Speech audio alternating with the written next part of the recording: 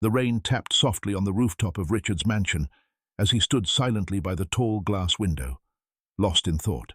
On the surface, he was a man who had it all, one of the wealthiest men in the country, with countless businesses, luxury cars, and sprawling properties. But despite all the riches, Richard often felt like a stranger in his own home. His wife, Grace, only smiled when money was involved. Their daughter, Sophia, spent her days flaunting their wealth online, chasing likes and comments. Only his son, Daniel, seemed to truly notice him, always staying close, always watching. One evening, as the family gathered around the grand dining table, Richard sat quietly observing. Grace didn't glance his way. Sophia giggled at something on her phone, completely disconnected. Only Daniel looked up and asked, "Dad, are you okay?" Richard gave him a small, tired smile. "I'm fine, son." But the truth was he wasn't. He was exhausted. Exhausted from the fake affection, the empty smiles, and the feeling that he was only valued for what he provided. Deep inside, he began to wonder if his family loved him at all, or if they simply loved the life his money gave them. That night, after everyone had gone to bed, Richard picked up his phone and called his trusted personal assistant, Michael. "Michael," he said in a low voice, "I want you to move all my funds to the private account. Shut down the companies temporarily. Tell the staff I'm taking a break, and make sure no one knows I still have money." Michael hesitated. "Sir, are you certain? This is going to shake everything." "That's the idea," Richard replied calmly. "I'm going to test them." The next morning, Richard called his family into the living room. Grace entered with a frown. "Why are we all up so early?" she snapped. Richard took a deep breath. "I have bad news," he said. "I've lost everything. The businesses collapsed. The banks froze our accounts. We have nothing left." Grace leapt to her feet. "What do you mean, nothing? You're joking, right?" "I wish I were," Richard replied. "We have to leave this house today. The only place we can go is my late father's small house in the village." Sophia shrieked. "The village? God forbid!" "Me? In a village?" Daniel, sitting quietly, looked up. "Are you serious, Dad?" Richard nodded. "It's all we have now," Grace exploded. "You useless man! How could you lose everything just like that? What kind of man are you?" Richard said nothing. He turned away and walked out of the room. Daniel followed. "Dad," he said softly, "don't worry. We'll be okay." Richard looked at his son, a single tear sliding down his cheek. "Thank you, Daniel. You don't know how much that means to me." By evening, they had packed only a few bags. The once bustling mansion was silent. No more maids, no more drivers. Richard drove the family himself in a small, aging car Michael had purchased for the plan. The road to the village was rough, kicking up dust with every mile. Grace complained nonstop. Sophia refused to roll down her window. Daniel sat in the back, quietly holding his father's hand, enjoying the breeze. After hours of travel, they finally arrived at a small compound with a single house, made of mud bricks and an iron roof. Grace stepped out, eyes wide in horror. "What is this nightmare? Richard, are you insane? We're supposed to live here?" Sophia opened the car door slowly, holding her nose. What is that smell?" "This place stinks!" Richard stepped out, calm as ever. "This was my father's home. We'll stay here for now." "Stay? Me? Grace? Stay in this dump?" Grace screamed. "After all the mansions we've lived in, you bring me to this?" Sophia shook her head. "I can't survive here, Daddy. There's no Wi-Fi, no AC, not even a mirror in the bathroom. How do people live like this?" Only Daniel stayed silent. He got out and helped his father carry the bags inside. The front door creaked open. Inside, the living room had just 2 plastic chairs and an old wooden table. Cobwebs clung to the corners, and the air smelled of dust and sweat. Grace refused to enter. "Richard, you better take me back to the city. I'm not stepping inside that mess." "We have no choice," Richard said. "This is all we've got now?" Sophia hissed. "I should have just stayed with my boyfriend." Daniel turned to her. "We're in this together. Maybe we should try to support Dad instead of complaining." Grace shot him a glare. "Will you shut up? Must you talk all the time? Do you think we came here to suffer with your father?" Daniel shook his head and quietly continued helping his father unpack. Richard smiled faintly and patted him on the back. Later that evening, Richard crouched outside trying to boil water using firewood. His hands trembled as he struggled to light the fire, smoke stinging his eyes. It had been years since he last did this. The matches wouldn't catch, and the sticks were damp. Daniel soon joined him, kneeling beside his father. "I used to watch the village boys do this during the holidays," he said gently. Richard nodded, eyes red from the smoke. "Thank you, son." Daniel arranged the sticks properly, blowing softly into the fire until the flames caught. Richard watched in silence, the warmth of the fire not just on his skin, but in his heart. Daniel was the only one making this hard life a little easier. Meanwhile, Grace sat on a rock nearby, staring at her broken nails. "This is a nightmare," she muttered. "No cream, no TV, not even a fan. God punish poverty." Sophia wandered around the compound, phone held high, desperately trying to find a signal. No Instagram, no Snapchat, no TikTok. Are we even still in this country? That night, the whole family shared one small room. A thin mattress lay on the dusty floor. There was no electricity, only a dim lantern flickering in the corner. Mosquitoes buzzed relentlessly.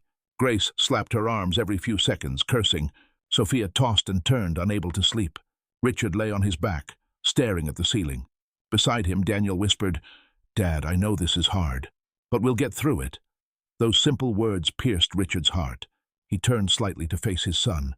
"Thank you," he said quietly. "You're helping me stay sane."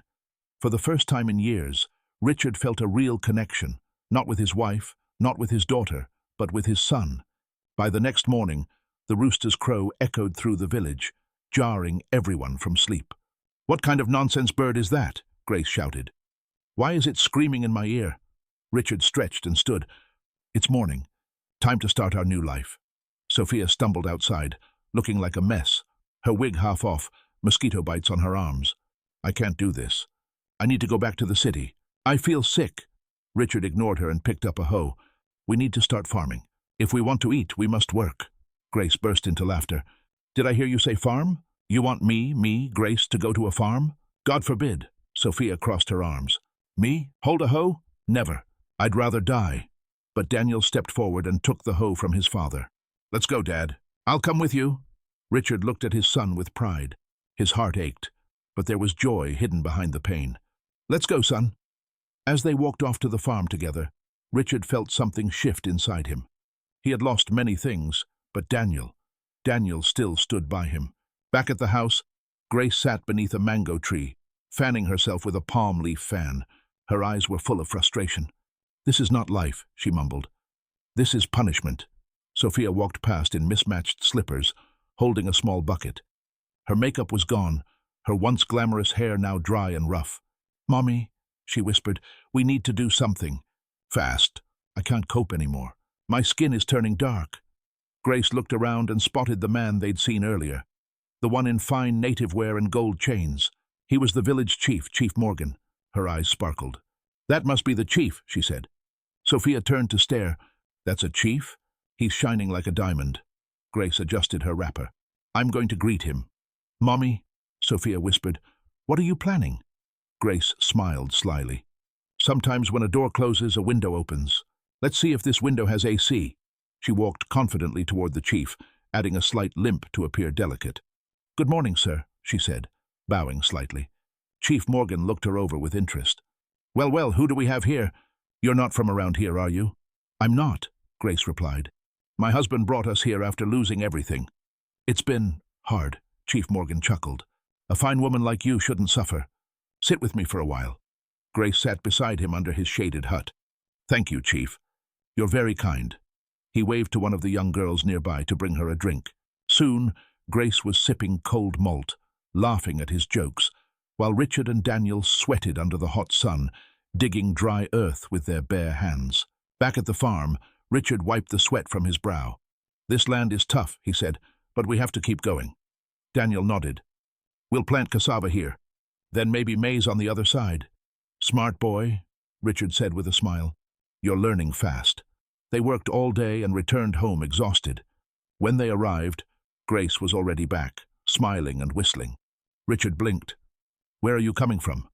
"Just walking around," she answered quickly. "Some village women showed me where to fetch water and wash clothes." "You? Wash clothes?" Richard asked, raising an eyebrow. Grace laughed. "Well, I tried." Daniel glanced at her hands. No signs of soap or water. Her wrapper smelled like perfume, not smoke or firewood. But he said nothing. That night, Sophia slipped away to the village's only bar. Men sat outside drinking palm wine and blasting loud music. She sat at a corner, legs crossed, pretending to scroll through her phone. A man approached, Mr. Brown, a married shop owner in his late 40s. "You're too beautiful to be sitting alone," he said. Sophia smiled. I'm not from here. I can see that. What's a city girl doing in a place like this? My foolish father brought us here, she replied. He said he lost all his money. Mr. Brown leaned closer. I can make things easier for you. Buy you small things, make you comfortable. Just visit me now and then. My wife doesn't need to know. Sophia raised an eyebrow. Really? No catch, he laughed. No catch. And just like that, she entered her own secret life. Later that night, Richard sat outside under the moonlight. The sky was clear, the stars scattered like glittering dust, but his heart felt heavy. Dad, Daniel said softly, sitting beside him, do you think we'll ever go back to the city? Richard looked up at the stars. Maybe, but not until I understand who truly deserves it. Daniel frowned slightly. What do you mean? Richard let out a long sigh. You'll understand soon enough. Each morning in the village was a fresh punishment for Grace. No warm showers, no luxury creams, no breakfast served in bed. Just early mornings, chores, and plain cassava with pepper soup. No meat. She grumbled as she walked around the yard in her loose wrapper. What kind of miserable life is this? She muttered. I didn't sign up for this nonsense. Richard, sitting outside, looked up. We're lucky to have a roof over our heads. Grace hissed and stormed into the house. But what Richard didn't know was that Grace had begun disappearing every afternoon. She would dress in her best wrapper, dab herself in perfume she had secretly saved, and head to the Golden Moon Lodge, the only hotel in the village. Inside, Chief Morgan lounged like royalty. He had bribed the young hotel receptionist Peace with 10,000 naira a week to keep his visits quiet. If any of my wives come asking questions, he would whisper, slipping her money. You didn't see me, understand? Peace would smile nervously. Yes, Chief. I won't say a word. One sunny afternoon, Grace arrived at the lodge, smiling as she walked. Chief Morgan was already waiting in his private room, dressed in a white singlet and shorts, chewing roasted meat. My queen, he said with a wide grin. You're glowing today. Grace laughed sweetly, sitting beside him. You just know how to make a woman feel special. Chief Morgan fed her a piece of meat and leaned in. I'm going to chase all my wives away. I want you, only you. I'll build you a new house, right here in the village. Grace blinked in shock. You're serious? Very serious, he nodded. And when the current king dies, which will be soon, trust me, I'll become the new king. The elders are already on my side. I've given them goats, bags of rice. It's done, Grace gasped. Then I'll be the queen? Queen Grace, he smiled proudly. I have gold mines, shops, land, oil connections. I'm not just rich, I'm powerful. Grace stared at him like a schoolgirl being handed candy. You're too much, Chief. He touched her cheek. Leave that poor man of yours. Come live your best life. Grace leaned in and kissed his hand. Chief, you don't know how I've suffered since we came to this village. I won't even let Richard touch me. I already belong to you. Chief Morgan laughed heartily. That's my woman. He reached into a bag and handed her a bundle of money. 20,000. Buy yourself some new wrappers. The surveyor starts next week. Grace beamed as she accepted the cash. You're an angel, Chief. May your enemies never find you. They stayed together for hours. When it was time to leave, Peace helped Grace slip out through the back, unseen. Grace walked home with a spring in her step. She couldn't wait to tell Sophia. Back at the house, Richard and Daniel were repairing a broken bench. Where's Mom again? Daniel asked. She went to fetch firewood, or maybe she's with the women's group, Richard replied, though even he didn't sound convinced. She doesn't even know how to hold firewood, Daniel muttered. When Grace returned, she carried a nylon bag filled with meat, groundnut oil, and canned fish. Where did you get all this? Richard asked, surprised. A woman at the market gave it to me. Her husband's a trader, Grace replied smoothly. That night, she cooked a special meal, but only served herself and Sophia. Richard and Daniel had to settle for plain Gary again. Later, in their room, Grace whispered everything Chief Morgan had promised. Sophia's eyes widened. Are you serious? She whispered. Grace nodded. He's even richer than your father ever was. Sophia giggled. If I find my own sugar daddy here, I'll never go back to the city. They laughed like two conspirators drunk on delusion. The next afternoon, the heat was unbearable. Villagers moved about slowly, carrying firewood and water. Sophia sat outside, chewing gum, dressed in a tight gown Mr. Brown had given her. That same Mr. Brown, a married man, had lied to his wife and taken Sophia to a secluded bush path near his farm the day before. But village gossip travels fast. As Sophia relaxed, A woman stormed into the compound. Mrs. Brown, her eyes blazing. "Where is that shameless girl?" she shouted. "Come out now." Sophia looked up lazily, crossing her legs. "Yes? Who's shouting like a market woman?" "You!" "Stay away from my husband." Sophia laughed. "Your husband came to me, not the other way around."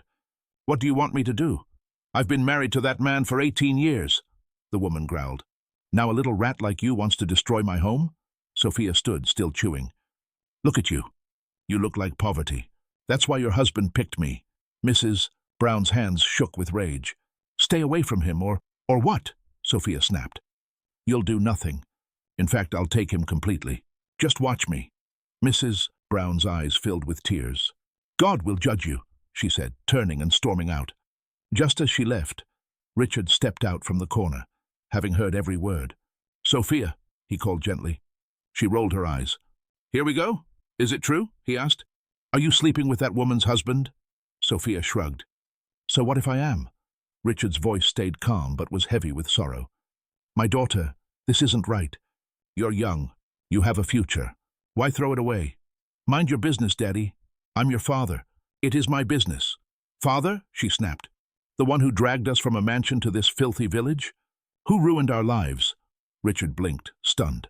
"I know things are hard now." "But nothing!" she yelled. "I hate this life. You ruined everything. I had followers. I had status. Now I wear tire slippers and stink like firewood. Don't talk to me about morality." Tears filled Richard's eyes, but he held them back. "Please, just stop chasing married men.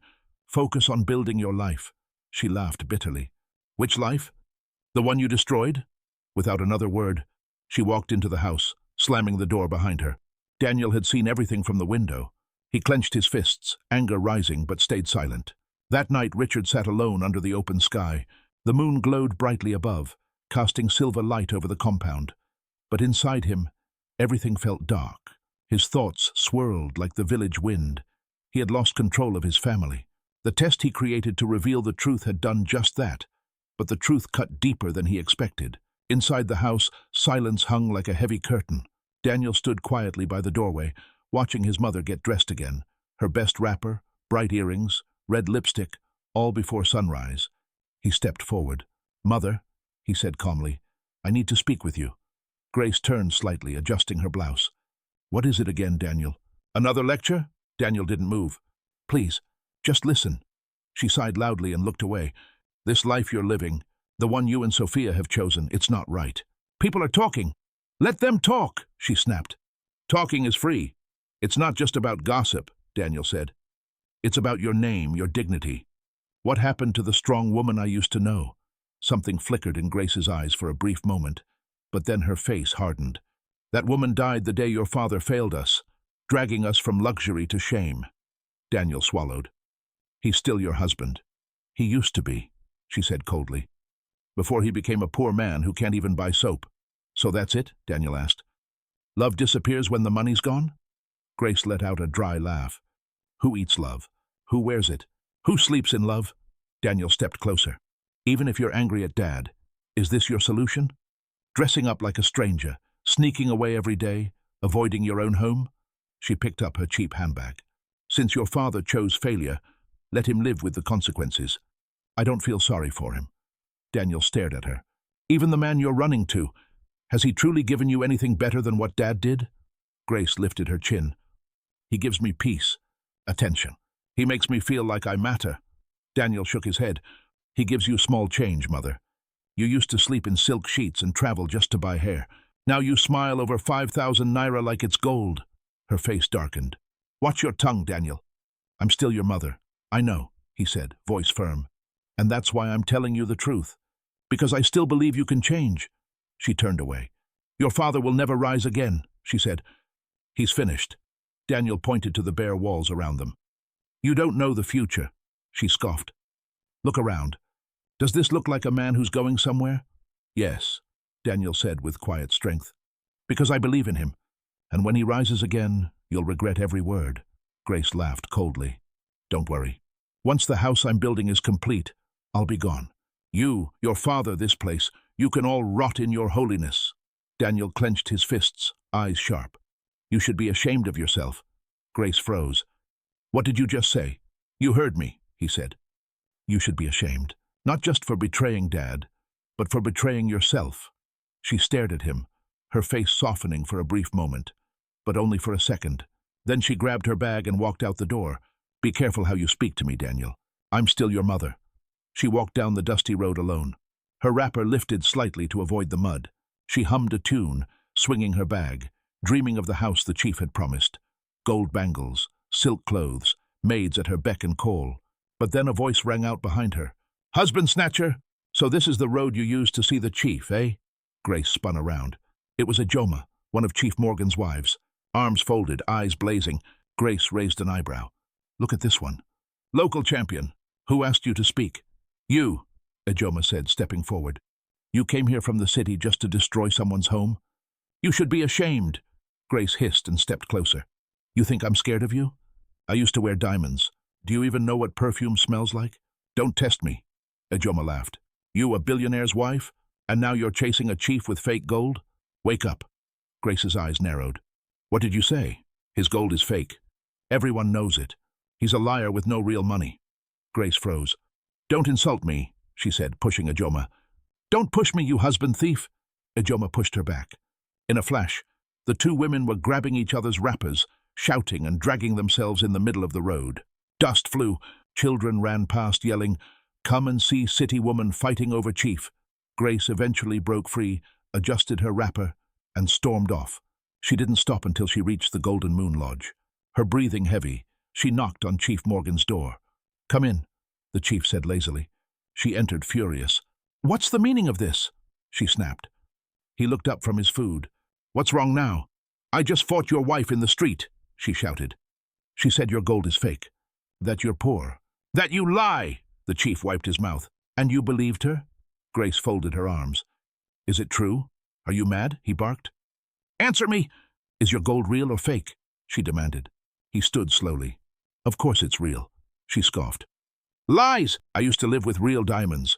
We had gold handles in our bathroom, and now I'm following a cheap chief with fake chains? He frowned. You left all that to follow me. You're the fool, not me, Grace gasped. What did you say? You heard me, he shouted.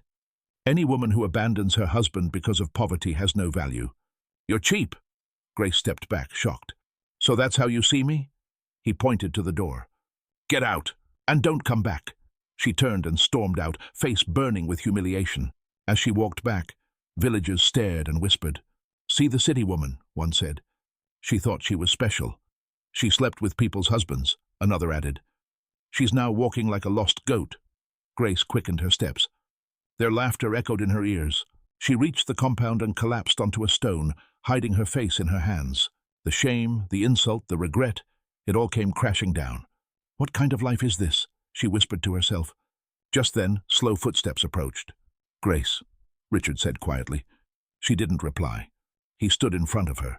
His voice was low, cold, full of pain. I am ashamed of you. She looked up. What did you say? I said I'm ashamed, he repeated. The entire village is talking about you, fighting on the road over a man. She stood slowly. So you came here to insult me too? What have you become, Grace? Richard asked, voice rising. From a billionaire's wife to a roadside fighter? She laughed bitterly. And who dragged me down? You! You failed us. Richard shook his head. No, you failed yourself. You threw away your dignity for scraps. You chased fake gold and came back empty. She placed her hands on her hips. Are you done? Go inside. This village is mine now. You're nobody here. Richard stared at her. You're the one who lost, not me. Then he turned and walked away. The next morning, Grace was sitting outside the house, fanning herself with a piece of cardboard, when Richard stepped out. I got a job, he said calmly. Grace glanced at him, uninterested. And so? In the city, he added. As a security guard. It's not much, but it's something. I told Daniel. We're leaving tomorrow.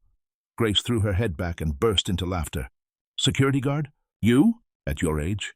You're truly finished, she smirked. So what now? You want me to follow you to the city and be called Madam Security Wife? I never asked you to follow me, Richard said quietly.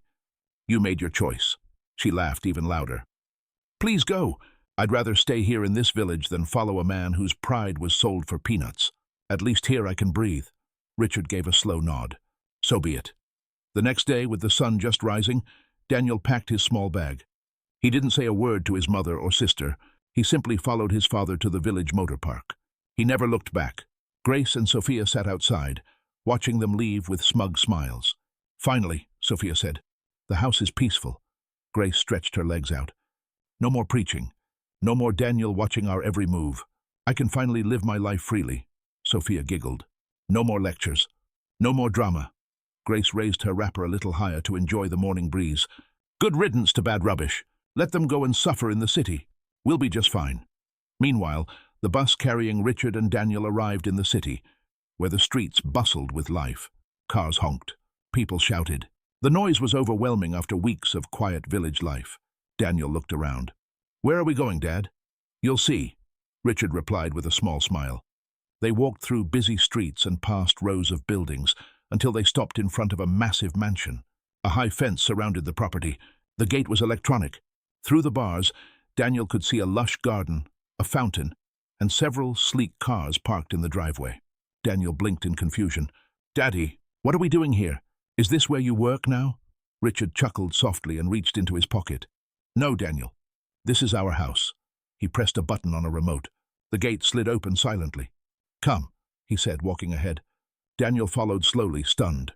As they reached the front steps, the full beauty of the mansion revealed itself. Tall windows, polished tiles, marble stairs. It was even grander than their old home. "Whose house is this, really?" Daniel asked, still unsure. "It's ours," Richard said. "I bought it. But I thought we were poor." "We never truly were," Richard said, turning to him. "I sold our old house." "Hid the money?" "I had to know who was really with me. For me, not for what I had." Daniel stood in silence, the truth washing over him. "So, the village, all that, it was a test." Richard nodded, "to see who loved the comfort and who loved the people." Daniel lowered his eyes, thinking of his mother and sister. How easily they had thrown everything away. "And Mom? Sophia?" "They made their choices," Richard said, his face calm but cold. "I gave them the chance to return. They refused. They chose something else." Daniel felt a strange mix of relief and sadness. "I guess they never really cared." "They cared," Richard said, "just not in the way that matters."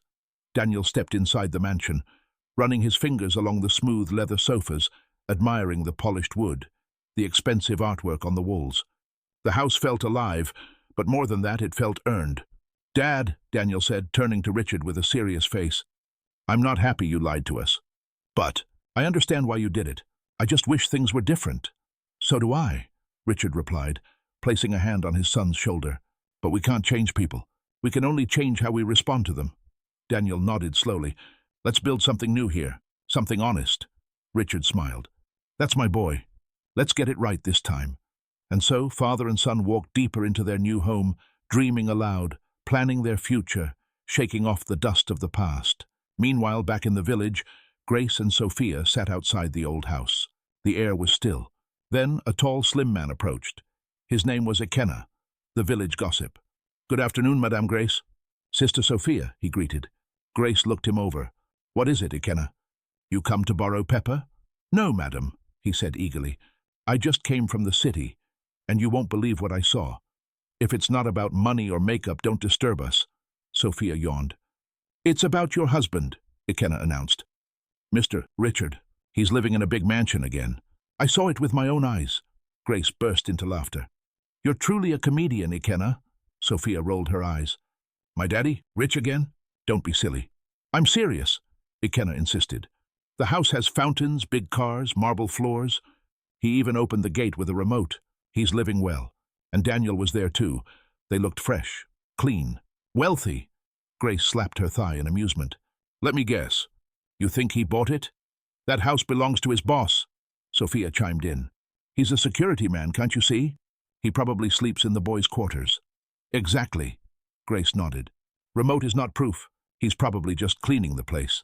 Ikenna frowned. "But what if he really is rich again?" Grace stood and placed her hands on her hips. "Let me tell you, Ikenna, that man will never rise again. His poverty is permanent. He's finished," Sophia added with a smirk, "and if you like him so much, go join him. Tell him we said he's still a disgrace." They both laughed loudly. Ikenna shook his head. "I just thought you should know." Then he turned and walked away, sadness in his eyes. As soon as he left, Grace leaned closer to Sophia. I didn't want to say this in front of him, but I have great news. Sophia sat up. What is it? Grace whispered. The king wants to marry me. Sophia gasped. Mama! You're going to be a queen. Grace nodded proudly. Soon I'll move into the palace, wear beads and silk, and have maids behind me. Sophia squealed. The man I'm seeing said he wants to leave his wife and marry me too. They both clapped and laughed like fools. We'll rise again, Sophia, Grace declared. Sophia looked to the sky. No more stress. No more lectures. Let the poor suffer. We'll reign here. They laughed and laughed, drunk on delusion, unaware that they had already thrown away their real crown. Time was ticking, and truth was coming like a storm.